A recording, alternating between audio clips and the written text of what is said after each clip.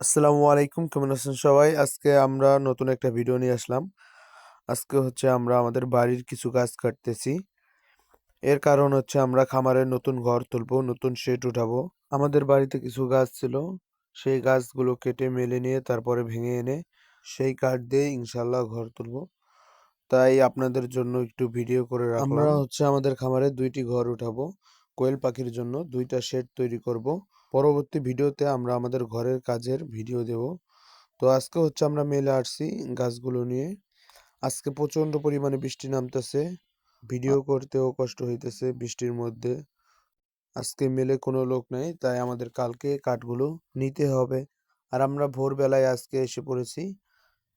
আসার পরে আর কি কাজ শুরু করে দিয়েছে।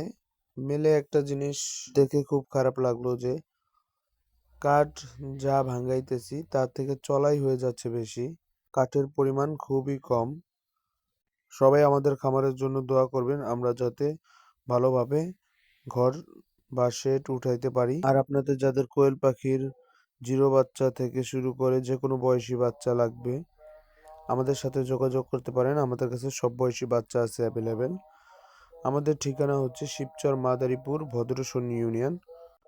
সকলে আমাদের খামারের জন্য দোয়া করবেন। আল্লাহ হাফেজ।